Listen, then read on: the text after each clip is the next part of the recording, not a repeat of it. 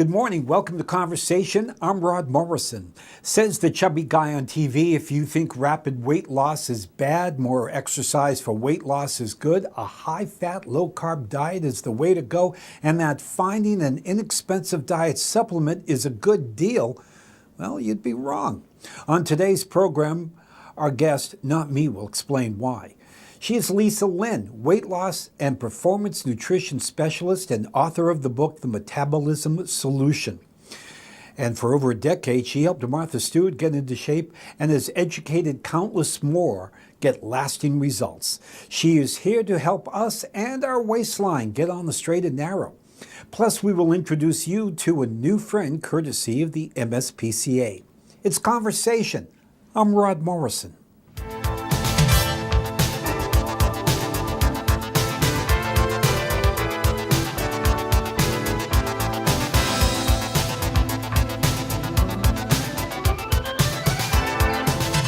Lisa, thank you very much for joining us. I'm glad you're here. Thanks for having me. We have in this society, and I happened to hear a joke this morning. I think it was from Jay Leno, who said, we was talking about eating, competitive eating. He said, we're the only country in America that has, that can make an athlete of someone who eats. Exactly. And we just have such a bad attitude to food, don't You're we? right, by the way. It's a very, I call them metabolism mind games. I'm not eating enough, so I can't lose. Nobody's starving in this country. If you ever watch a show on TV where people aren't fed, they shrink. Like immediately they emaciate without mentioning the show's name. And I say to women, when you're not eating, your metabolism doesn't necessarily shut down. We immediately lose weight, like when we're sick. What happens is we bargain why we can eat more later. And so there's a lot of misconceptions out there that we're going to bust. And we're going to talk about 5 of them, but one of the attitudes, and before we get into that, that really steers a lot of us in a bad direction, is food as for some of us, it is a crutch, but it's also a reward. Oh, it's everything. It's my best friend. By the way, I lost 40 pounds myself, and I'm totally an emotional eater. Yeah. I knew what to do. I went to school, but I couldn't push the bowl away. And because the minute I lost weight, I rewarded myself with the food that made me fat. And the minute I did anything, it was always a food reward, which is really insane if you don't mind me throwing myself under the bus, but it's insanity when you look back that when you lose weight because you change the behavior, go reward yourself with a manicure or a treat or a massage, but no food. And this is especially true with kids because mothers come to me with their kids overweight and I say, you rewarded them. Every time he does something good now, yay isn't going to be happy or a hug from mom. It's going to always be, where's my food? Till Johnny is 50 pounds overweight. So it starts when they're babies. And it's not a question, and we were talking off there about the commercial where the young girl is playing soccer and after the game she's rewarded with a hot fudge sundae. And I can't say that I don't fall in the hole because food is so easy to do that with, but you find other ways. They love video games, or why don't you consider giving them their phone for an extra hour a day because they don't think they should ever lose it, and reward but non-food, and that starts when it's an infant in your arms. Because all we know to do, I watched a lady on a 5-hour flight the other day. The baby didn't stop one time for 5 hours. She fed it the entire time. And that, as a food addict, I look back and I'm like, guess what she's teaching them? The baby didn't learn how to console. Sometimes they have to cry, and they do that to cry themselves to sleep. Mm-hmm. Or it was out of sorts. It was on an airplane. But teach it how to soothe itself non-external. Because anything we reach for outside of ourselves to soothe an internal state is an addiction. It could be lettuce. It could be work. I'm the queen of all of them. It's called an addictive relationship where you always have to go in to soothe that place. And when we find, okay, we have to diet, we get more, not so much bad attitudes, but say some misconceptions. And the first one, and sometimes we hear it in the news and we hear of eating disorders, mm-hmm. of the people who really try to lose a lot of weight very quickly. So we say, okay, fast weight loss is bad for you, and I'm glad you think that's a lie. Yeah. But I do have to ask, because the most frustrating thing for me sometimes is I'm reading about a diet or I'm watching a diet and says, weight loss fast, you can lose 30 pounds in just 6 months. And it's like, that's not fast. This is a really complicated issue, and I have to say I commend you. You're the first person who gets it. It is a bad attitude. I know that about myself. Like, I never wanted to let go of food or whatever I was doing wrong. I love that. I didn't want to do this to get over here. I wanted to stay where I was, but I also was 40 pounds heavier, unhealthy, and depressed. But I had to change my thinking. My attitude was bad. I didn't believe it. I didn't have hope. So when I was told what to do, the truth is I didn't do it because I really didn't think it was going to work anyway. So I stayed and said, that diet didn't work. It was my attitude. I had stinking thinking, we call it. And then second, I would swing the pendulum from there, no change, to the other side and compulsively exercise, AKA gym bulimia, where I was happy to work out for hours on the weights, pumped the Stairmaster, taught 3 aerobics classes, and I was gaining weight. So I thought, maybe if I just move more, that's just, like you said, it's an eating disorder, full blown. And I had to really change my thinking that what I had to do was bring my food down here because I was eating way too much. I should not. You can lose weight without exercise, for the record, and I'm not suggesting that. But as a trainer, I had to bring my food here and my exercise here to create balance. Now, you do say, though, what jumps out of me is people over 40. Correct. 90%, is that correct, of losing weight is diet? 10% is exercise? 90% above 40. And people, we're sold gym memberships in this country. There's a gym on every street corner, a diet for every minute of the day, and we're getting heavier by the minute. What's wrong? Something's wrong with that. We're being sold these misconceptions. One is, because we eat so high here, when we adjust our weight back to balance, we lose weight quickly. A pound a day.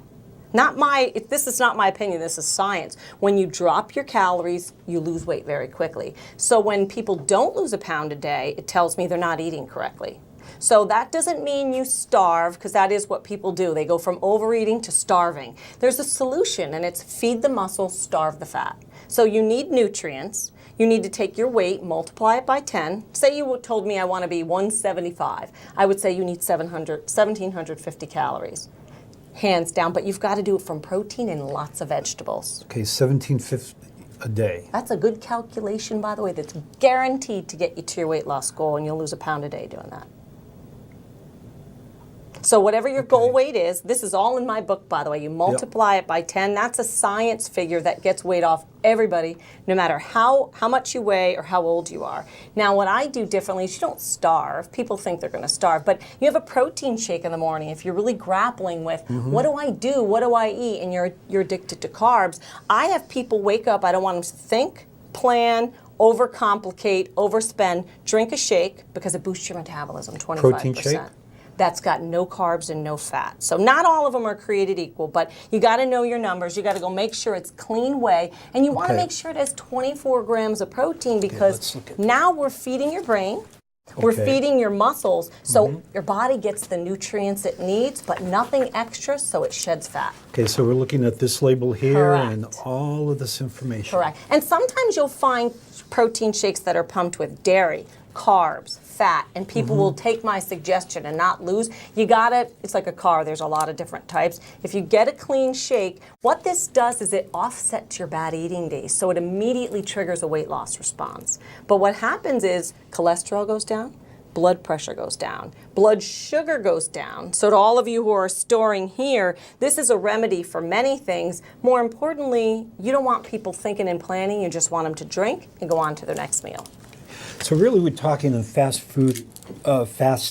Yeah, you're right. It's fast weight loss. Yes. And how much easier does it get? Yeah. When people say, I don't have time to do that. Fast food takes longer and it costs more than this. True. For me, when I was getting into the thinking, I was the one that got myself in trouble and overweight. So I would automatically have this bad attitude with, well, this is vegan or gluten-free. I should be able to eat this, but that's how I got heavy. Had to stop that, change my thinking, try a new approach, and at 47, I'm getting better every year. I was the heaviest at 20 years ago. So a pound a day is a good speed. When you're doing it right. When you're doing it right. Correct. And part of doing it right, and part of the problem, and I'll say myself, is kind of starving myself so that, it's like, okay, I'm a pound a day, but boy. You bring up a really good point, though, like when you say, I'm starving myself. That's an indicator that you're doing something different. And we have to do something different to get out of where we are. So I was not a happy camper doing this in the beginning. It was so hard, but I remember having mentors around me who said, that means you're doing things different, way to go. Like if you're not struggling, you're not trying enough new things. And if you are where you want to be, that's great. But if you want to get over there, you really got to get inside that head and say, when you're starving, my body's about to start burning fat. This is going away. So change your thinking and say, now I'm losing weight, and it'll motivate you to say the truth is we have to be a little hungry in order to lose weight. No one wants to admit that, but it's the truth. And we're not talking, again, really skimping. I mean, for instance, 10 servings of vegetables? Correct. And making sure you're getting enough protein each day. Let's just say between 75 and 100 grams. So your focus has to be the protein and the vegetables. And if you're doing that, your brain is fed. All your muscle tissue, the good stuff that looks good, you want to stay. But the fat that you don't want is no longer being fed at those numbers. This is what's really stopping Americans. Second, the problem with no fast weight loss is that if we don't see results, we don't stick to our plan. We hop off the next day.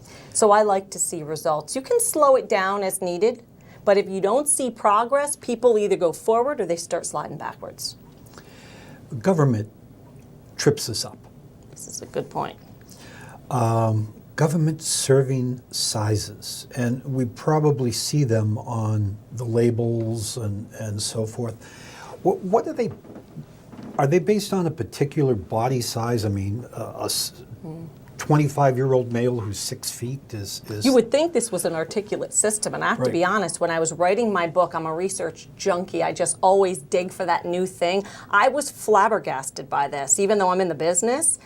You're 6 foot something? 6. All right, I'm 5'2". I'm 6'. So think of 6 this. feet. How is it that you can have the same serving of nuts that I can, and in a car world, I'm a Mini Cooper and you're a Hummer? How is it that I can eat the same calories? Number one, I have a smaller engine. It's a given for my size. I have a slower metabolism because I'm female. How is it that government serving sizes just say flat out, you get the same serving as I do? And we wonder why we're overweight. So the gentleman who actually created this system was as dumbfounded as I was. He goes, doesn't work. You're going to gain weight if you're following government serving sizes. So all I'm saying, because I hear all day, I'm eating healthy, I'm reading labels, and I'm weighing my food. If you're not losing weight and you're overweight, not skinny people with no weight to lose, you're eating too much. And the other thing is, this is a serving size plate we're supposed to be eating on, 8 inches. Most of us, like I know, I love oversized bowls filled, the food's dropping off, and I clean the plate. This is what we're supposed to eat on. And so if you think about how big the protein would be and the rest vegetables, you see no one's eating on this anymore. That's usually a side dish. Correct.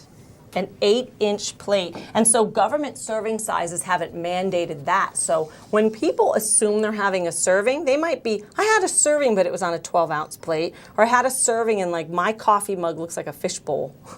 It's not like the ones back in the day that were small. Like when I go to Europe and the juice glasses are this big. Yes. So when people say, but I only have a little bit of juice, they don't know that they're having 6 servings of fruit. That's all sugar. Yeah.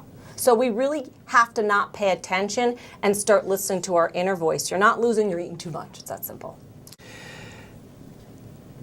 The next one, which I always kind of like, more exercise means more weight loss. That's not true. Not true. But that doesn't mean, okay, you can sit on the couch more. Correct. I have to say the hardest bunch for me to get to lose weight, and I'm noted for taking bodies and flipping them over fast, are the people who compulsively exercise because they feel justified to eat more, and I was one of them. You cannot exercise away a bad diet. I tried for years. I was vegan. I was doing 5 hours a day and ready to do more. You have to adjust your food. And I'm not suggesting no exercise because we need it. But I actually now say to people, no exercise for 2 weeks and you're going to follow the diet. I just like to prove to them you can actually sit on the couch and lose weight if you nail your calories. So your car is going slower. You give it less gas. We never adjust our diets that way. And I teach them that they lose weight without, and then I put exercise in. So they see cause effect. Sometimes exercise makes you hungrier for most. Like one lady said in an interview the other day, I'm hungrier, like it was a good thing. I'm like, but you have 30 pounds to lose. What we want to do is tone down your hunger. So exercise, you got to do 10,000 steps a day. It's just greasing your joints and moving. It's not, we're talking 20 minutes, 3 days a week of lifting weights. Our bones need it. But that is the recipe. So when these CrossFit crazies tell you 2 hours you have to kill yourself, you don't. In fact, the goal is to do a little something each day and not so you're not damaging your joints. And aren't there exercises that bulk you up? Exactly. I mean, more muscle, more weight, is that a... Totally. And for me, I kept thinking if 2 hours wasn't enough, maybe I would add 4, and all I did was I made myself fat.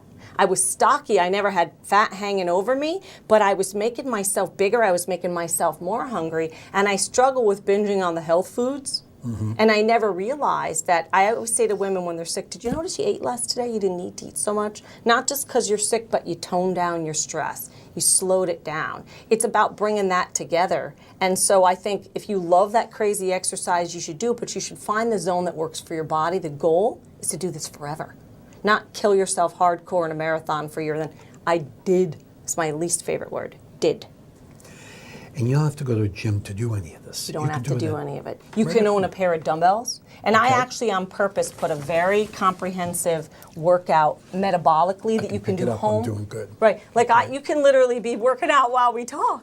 So you can get all your needs met metabolically home with a pair of dumbbells. And there's a workout in my book you can follow. Is there really? I feel like with so many people, my job is to come up with solutions. And you know I train lots of celebrities. Right. I took Martha Stewart out of the gym and brought her home. We worked out in the middle of her kitchen floor. We got more work done, so all her time with me was spent moving versus to and fro the gym. And then she only had 15 minutes in the gym. You worked, by the way, you worked with Martha for how many years? Yeah, I worked with her for over 15. Wow. You say she's awful nice lady. She's an awful nice, brilliant, off the charts. People would be shocked, but very busy. And so when I watched her in the beginning, I'm always about making things easier and less stressful. I brought her home. She'd work out with her pets, so she had stress reduction, but she got skinny for the first time, felt very foreign because she was used to, her daughter owned a gym.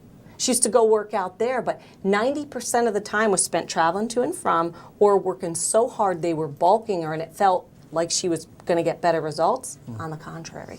And I guess the lesson to take home here is that if Martha Stewart can find the time... Anybody can.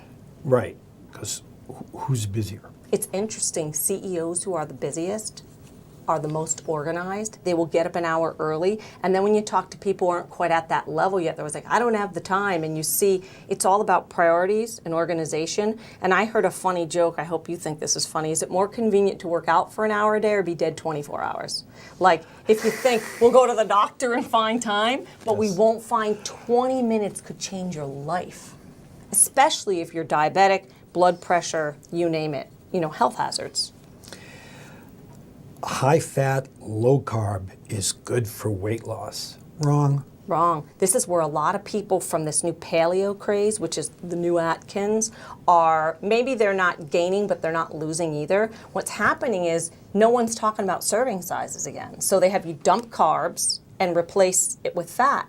You still have to know how much fat you're supposed to get. For the record, lots of them are told that they could eat avocados. This is 20 grams of fat if you eat this whole thing. Now on these new high protein, low carb diets, that would be acceptable. But for weight loss, 20 grams of fat is your max allowable for the day.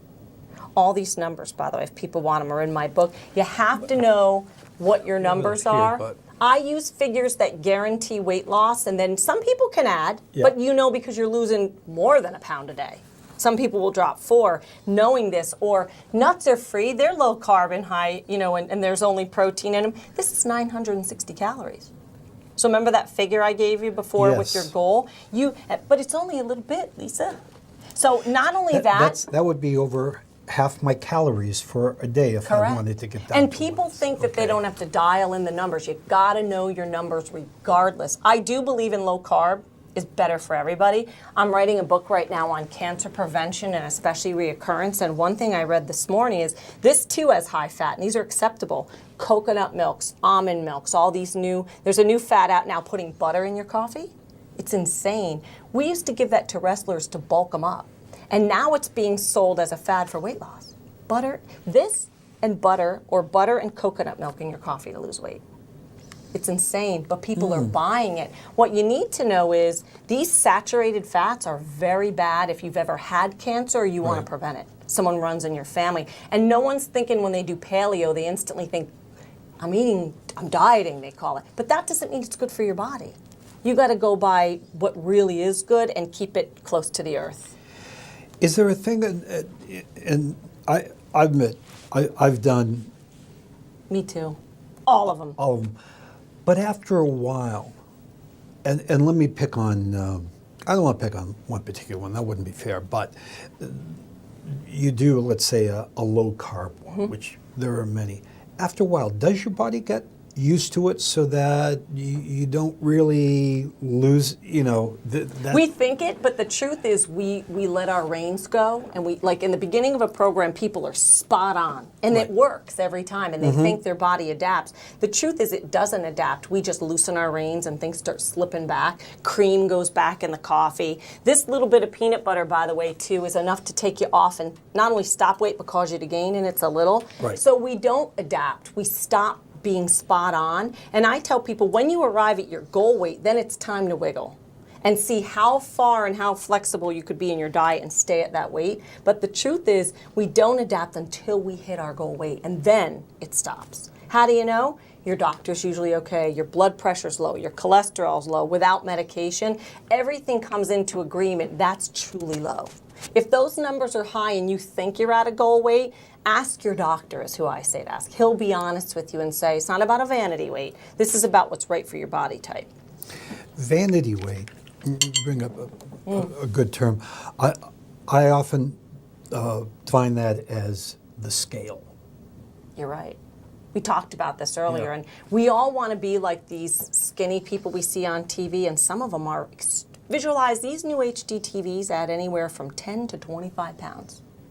So you know this, you're on TV, and it makes us want to be. I refuse to starve for anybody anymore, but I look at the girls I work with on TV, and when you see them behind the scenes, it's not healthy. They're in makeup so they look healthy, and I think that is such an important message that we're running for these unattainable goals that are actually just as unhealthy as smoking or being overweight, and no one's talking about skinny is like the new smoking because we're pushing to this. People are having heart attacks and marathons. It's really important to gear up. What's the weight that you physically, mentally, and spiritually feel the best at? You're the best with your kids. I see mothers get bone skinny and they're snapping at their kids. There's nothing healthy about that. So know what size clothes fit you. Go by other things. Like I get perturbed by the number. It's never good enough for me. So I go by, are your clothes fitting? How's your wedding ring? And if it gets tight and the clothes are getting, I know I've squeaked out of the guardrail, bring it in. Because the minute it becomes about a number on a scale, we become obsessed. It's like we're suffering, we're starving, and it's not moving fast enough. You need other gauges. And that's really where it works against patience, because, I mean, clothes, and I have found for me, correct me if I'm wrong, well, at least for me, but you can 5 or 6 pounds either way. You can still look good. Mine could go up 10. And not know until you go to the doctor and go, whoa. Yeah, but I mean, that's it. I mean, you can really get lost in the number, and that's where you lose your patience. Oh, I can't reach those last 3 pounds, but you probably don't need to. No, and you know what a good thing is that I have to do? Anybody who's ever been very overweight, like you and I spoke before I was, I, for a long time, only saw the fat girl. No matter how buffed I got, I only saw the fat me because that was what I grew up with. No one talks about, I call them the head games, and also having a mentor who's going to say, like, people will tell me, you're too light, because I can clean it up now. I know the tricks and zoom my metabolism and drop 5 in a couple days. Eating healthy, lots of food, by the way. I need to have mentors who are going to say, this is too light for you. We like you better 5 up, and who are going to tell me the truth, even when I go up 10. Not like my husband loved me when I was 50 pounds overweight, so I don't believe anything he says. But I looked at you and you looked skinny, yet you were like 10 more pounds. And I adjusted your thinking. I said, what if you go leaner, not lighter? We need people to be accountable to, because we're out of control here with this vanity weight, and it's become a god. Yeah. Well, when I was at my thinnest, people used to come up to me and say, "Are you feeling well?" Yeah, you're sick. Yeah. I respect them for that, because you can get driven, and when you get more shape and you get low, if you've ever been overweight, it's like a little more, a little more. Yep. And I had a girl once say to me at the gym, the guys used to say you had it going on, and now, and I appreciated her for caring enough about me to be honest, because some people will reward the anorexic looks, and it's not healthy. The last one that we have, supplements, which is, not going to say controversial, but it is. It is, and it's a trap. And all supplements are created equal. Wrong. Wrong. And you know, I was on Dr. Oz. I was the one that introduced the raspberry ketone. And this was actually what inspired me to self-publish and write my own book. Is so people would run out and get the miracle in a bottle fat loss. By the way, they really work. The raspberry ketone. Yeah, they really work. I've used them for 25 years. They still wow me. But what's the difference? If you're going to a 5 and dime and you're getting 2 bottles for $9, you're getting nothing in a capsule. And how I even got into the supplement business myself is every supplement I put in Martha's mouth, I had to send out and get it tested. And when it came, because I was legally responsible if I hurt her, they would come back and they would say, "We don't even know what's in this." Like, what? Like, what do you think it was? I sent you a whey shake. None of that was in there. There's not enough government mandation on this, and I love them to pay attention. I'm a rule follower, so I follow the rules whether I'm checked or not. Right. But people assume that all supplements are created equal, like, oh, I went out and bought a shake. Well, you bought the one geared for your son to bulk up. You have to really know, my thing is, if you don't see results in 2 weeks, you're probably not gonna. Buy quality and you'll use less, so you'll save money. And don't assume. Price a good indicator of Price is a good indicator. Like raspberry ketones are up above $1,200 an ounce. If you're buying a bottle and you're not paying above $30 for it, you're not even getting raspberry ketones. And so when you don't see results, it's almost always quality. Sometimes there's stuff sold by the Oz that doesn't work, but he has to come up with so much TV content. I think people have to know, if you don't have a problem, don't fix it. If you're struggling, use something to push. And supplements are just that. They're supplements to supplement your diet. If you're stuck and you really are doing all the things right, use them as a bridge to get to the other side, but they shouldn't be your life. and they shouldn't be your first thought. They should be your last thought. Because you can't supplement away a bad diet. You can't supplement away, anything. The workout and the eating right and the supplements together is how I always ever use them. In fact, I don't give people supplements till the end, and they argue, why didn't you give them to me? I'd like you to see what your body's going to do. How fast will it go on its own? And then we use supplements to push it the rest of the way. Also, if you won't give it to your kid, my thing is, if I won't give it to my 14-year-old or my mother, you're not going to get it from me. How safe is it? Because if you can't live on it like a workout, you should never take it. True. Same thing with your workout. If this is something you don't see yourself doing in 20 years, what do you think happens when you stop? So it should be a lifestyle, and your family should be able to be a part of it, or you probably shouldn't be doing it either. Good advice. Excellent advice. Lisa, I could go on. I wish this was an hour show, but it's You'll just have to have me back. I will. Please. Certainly. Come back. Anytime. Great. Lisa Lynn, and your book available on, I know it's on Amazon. It's on Amazon. It's on my website. Okay. And I have a free newsletter. People can sign up and get a little blurb from that on a monthly basis. And that's on your website as well? lynnfit.com with one N. Great. And we have it on the screen. We have it throughout the show. Excellent. Thanks. Lisa Lynn, thank you very much for joining us.